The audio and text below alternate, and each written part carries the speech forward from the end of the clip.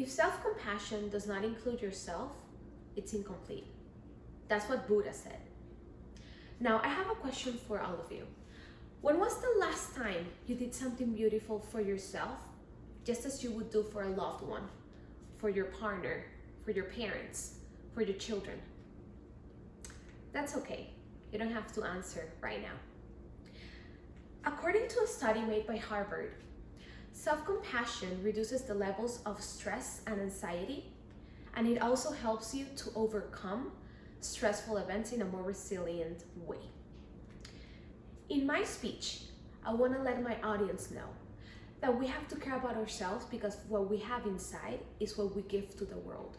Therefore, I want to talk about how beneficial and how important it is to practice self-compassion. So first, I'm going to start by talking about what the meaning of self-compassion is. Then I'm going to move on to what are the benefits of self-compassion. And lastly, I'm going to talk about how we can start to practice self-compassion. So first, I want to give you the meaning of what self-compassion is. According to the Merriam-Webster Dictionary, self-compassion is a sympathetic consciousness of others' distresses together with a desire to alleviate it. And on the other hand, we have the meaning of self-compassion according to an article called "The Transformative Effects of Mindful Self-Compassion." And this says that self-compassion means that you should treat yourself as a friend who is going through a hard time. And this is also gives you a more complete definition of 3 core elements, which includes kindness, common humanity, which means that we're all as humans in the same boat. We all suffer and we all make mistakes, and mindfulness. If we compare these 2 meanings, they end up in the same path. You should treat yourself as you treat those you love and those who you care about. Now I'm moving to my second point. According to Kristin Neff, who is a pioneer in the research of self-compassion and who is also a professor of educational psychology in the University of Austin, Texas. Some of the benefits of self-compassion include doing exercise and taking care of yourself. So those who practice self-compassion are gonna see that they have the reduce of body ache, because if you work out and you have healthy eating habits, you're gonna feel better and your stress levels are gonna go down. She also says that those who practice self-compassion, they overcome PTSD, the post-traumatic events, and people tend to know how to cope better with stressful events that has happened to them in their lives or throughout their lives. And according to an article in Psychology Today, one of the benefits is that self-compassion awakens a human sense. This means, like I mentioned before, that we all are in the same boat. We all suffer, we all feel pain, and we do not go through these stressful moments by ourselves. And also, according to Psychology Today, self-compassion diminishes negative inner voices, which shuts our motivation, shuts our will to reach our goals and to move forward in life.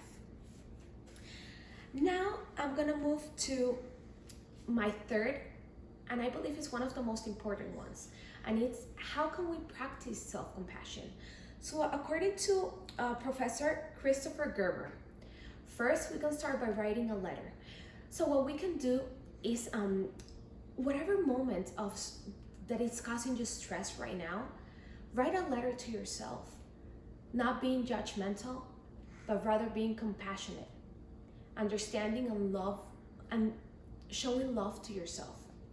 Something else that we can do to practice self-compassion will be practicing mindfulness. take 8 to 10 minutes of your day and sit down with your thoughts and do not be judgmental. Instead, just watch them go by as you would watch the river, the water in a river flow.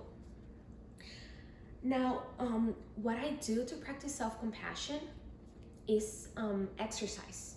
Exercise will activate the chemicals in your brain that gives you happiness and motivation and motivates you, which are serotonin and dopamine.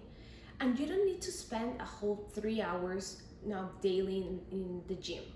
Just grab 40 minutes, 20 to 40 minutes of your day and do some exercise, and you will see the difference. Something else that I do to practice self-compassion is just go for a change of look.